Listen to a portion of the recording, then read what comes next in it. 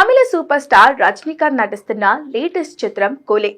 తమిళ star దర్శకుడు లోకేష్ కనకరాజ్ దర్శకత్వంలో తెరకెక్కుతున్న ఈ సినిమాపై భారీ అంచనాలు ఉన్నాయి. ఈ సినిమాలో రజనీతో పాటు టాలీవుడ్ కింగ్ అక్కినేని నాగార్జున కీలక పాత్రలో నటిస్తున్నారు.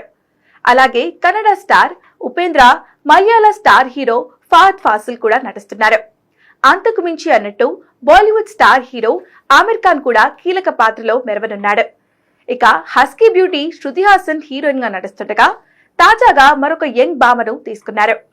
తెలుగులో ఎన్నో సూపర్ హిట్ సినిమాలలో నటించిన పూజా హెగ్డే ఇప్పుడు కూలీ సినిమాలో నటిస్తోందని తెలియజేస్తూ పోస్టర్ రిలీజ్ చేశారు.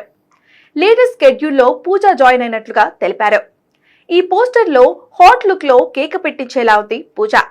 అమ్మడు ఇందులో ఒక స్పెషల్ సాంగ్ చేస్తున్నట్లుగా టాక్. ఇక అనిరుద్ సంగీతాన్ని అందిస్తున్న సినిమా కావడంతో కూలీపై అంచనాలు గట్టిగా ఉన్నాయి.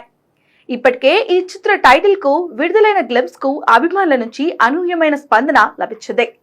ఈ చిత్ర షూటింగ్ కూడా చివరి దశకు చేరుకుంది. దీంతో ఈ చిత్రానికి సంబంధించిన అప్డేట్ కోసం రజనీకాంత్ అభిమానులు ఎంతో ఆతృతగా ఎదురు చూస్తున్నారు.